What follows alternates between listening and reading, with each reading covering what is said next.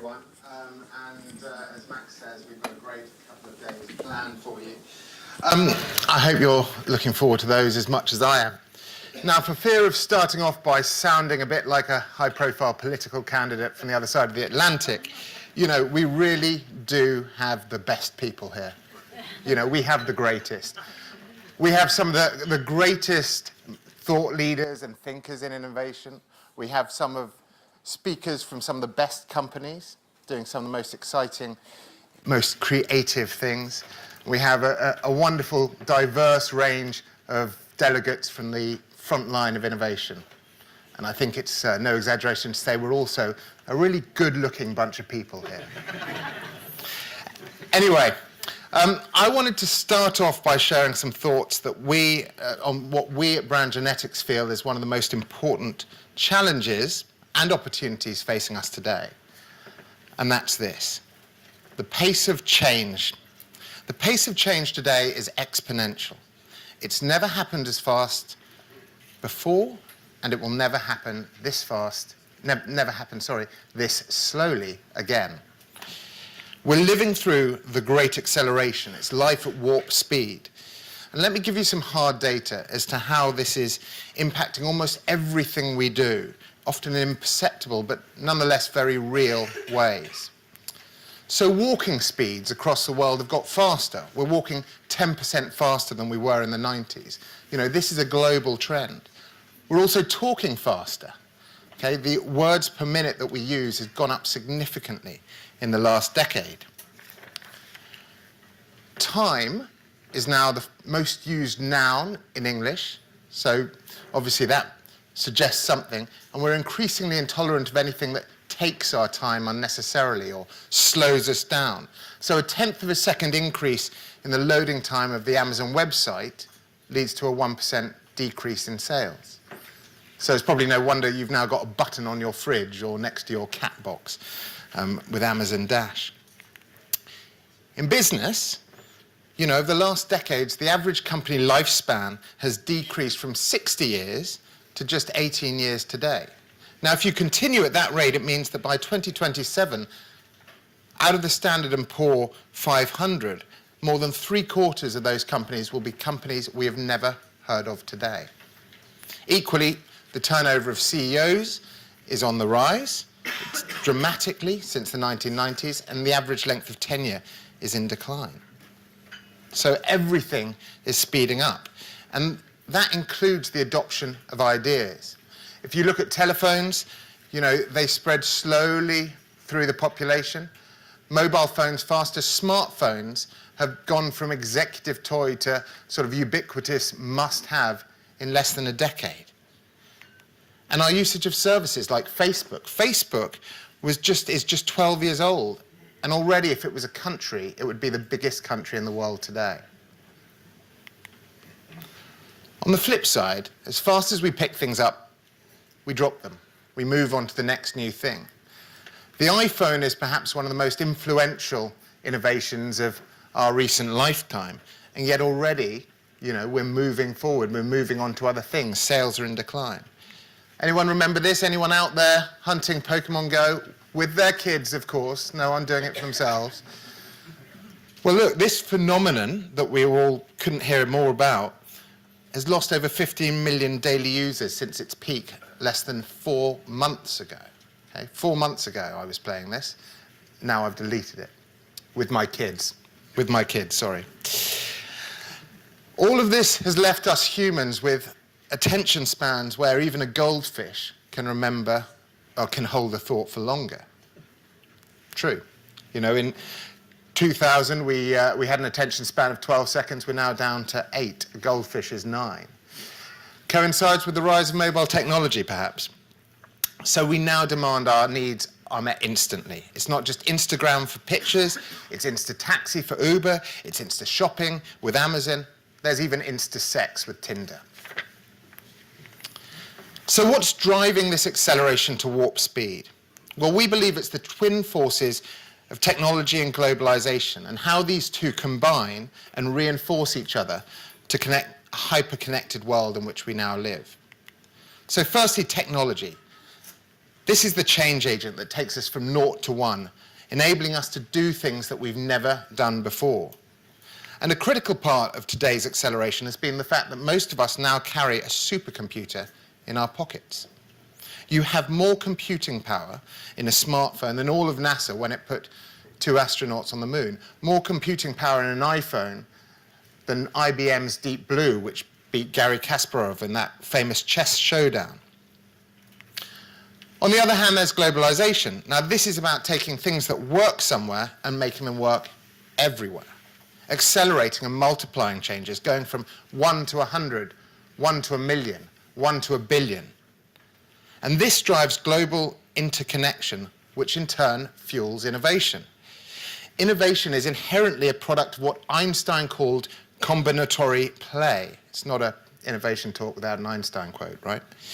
The act of putting 2 previously unconnected ideas together, so you create a new one. And the more ideas you have access to, well, the more new connections you can make. And with globalization, access to new ideas is no longer limited to the privileged few or specific locations. Let's take TED Talks as a metaphor because it's all about ideas that spread. Well, the TEDx program started in 2009 and already it has spread to 800 cities in over 130 countries. Now that's a lot of ideas spreading a long way. So now when an innovation successfully serves a need in a new way, it not only resets customer expectations and primes them to expect something new, nothing's changed there, but in today's world, thanks to this hyper-connected world in which we live in, these new expectations spread across markets, industries, categories, and demographies at huge speed. Let's look at the way Uber has leveraged the smartphone to serve our need for convenience and value in a new way. This iconic innovation helped establish new expectations of instant, one-touch, smartphone-fueled service. Those expectations have since spread way beyond transport to countless other industries and markets. So there's now pretty much an Uber for everything. There's massage, there's caviar. If you can figure out which ones these are, I'll give you a prize. Flowers, dog walking, dry cleaning, security guards, pizza. And 2 of my personal favorites, there's Uber for the private jet, very nice. And there's surely the most relaxed smartphone app of all, Uber for cannabis.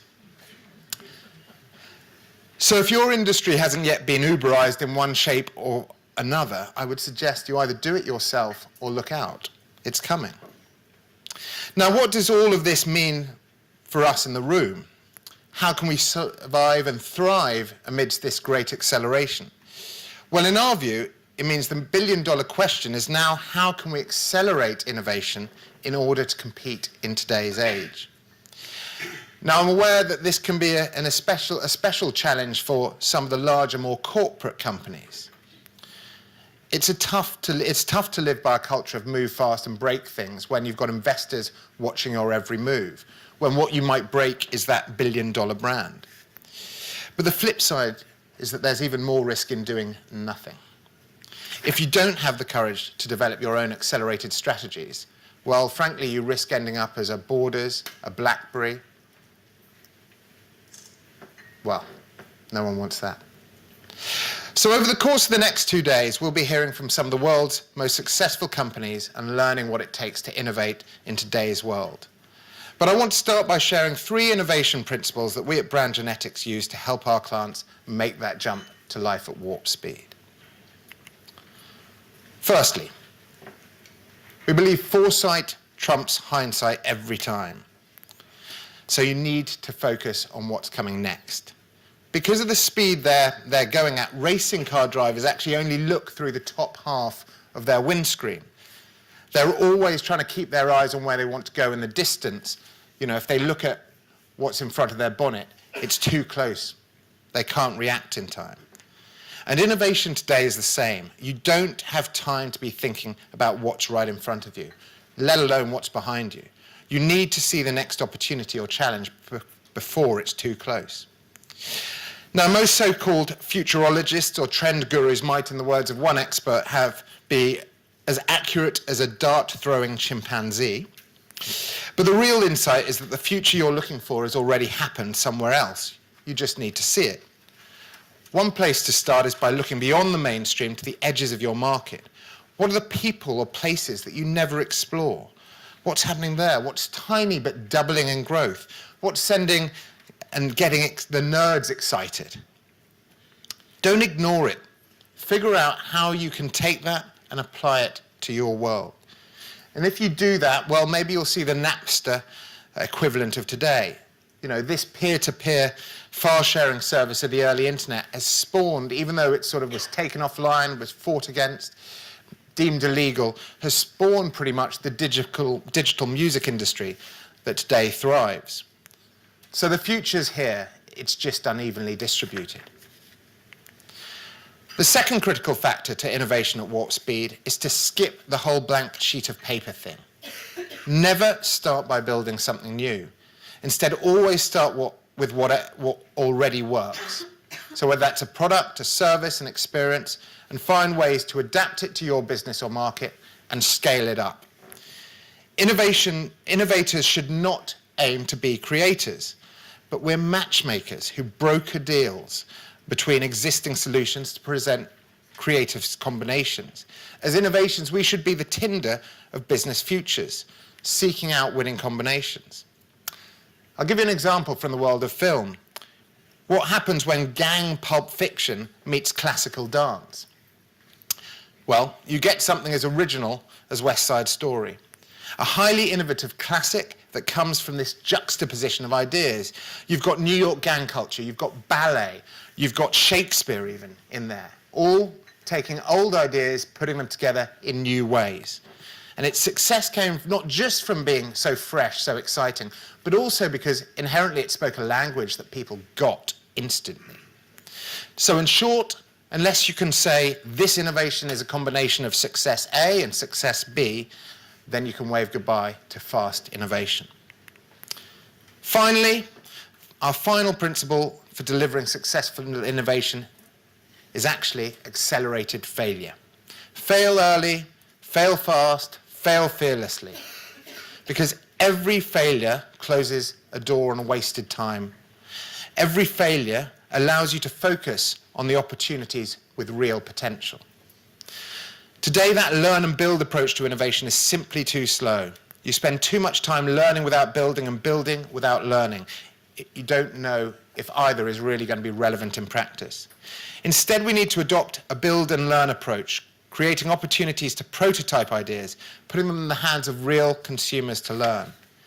You may well be off the mark, but you can quickly course correct and iterate towards a product that delivers real value through this virtuous loop. Now, this means finding space to fail. When James Dyson invented his dual cyclone vacuum cleaner, he created 5,126 versions that failed before he finally made one that worked. But he learned from each failure, and the payoff is a multi-billion-dollar company. He's got a few himself. And it just shows that if you give up on an idea at the first failure, or even the second or third, you can miss that huge payoff. Whereas it took Dyson 15 years to fail his way to success, today we need to accelerate that rate.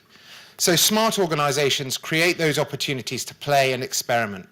Whether it's the world's biggest brewer, AB InBev's disruptive skunkworks team that's not held to the same judgment criteria or huge volume targets, or Unilever's foundry work with digital startups that gives that FMCG giant access to cutting-edge technology and trends.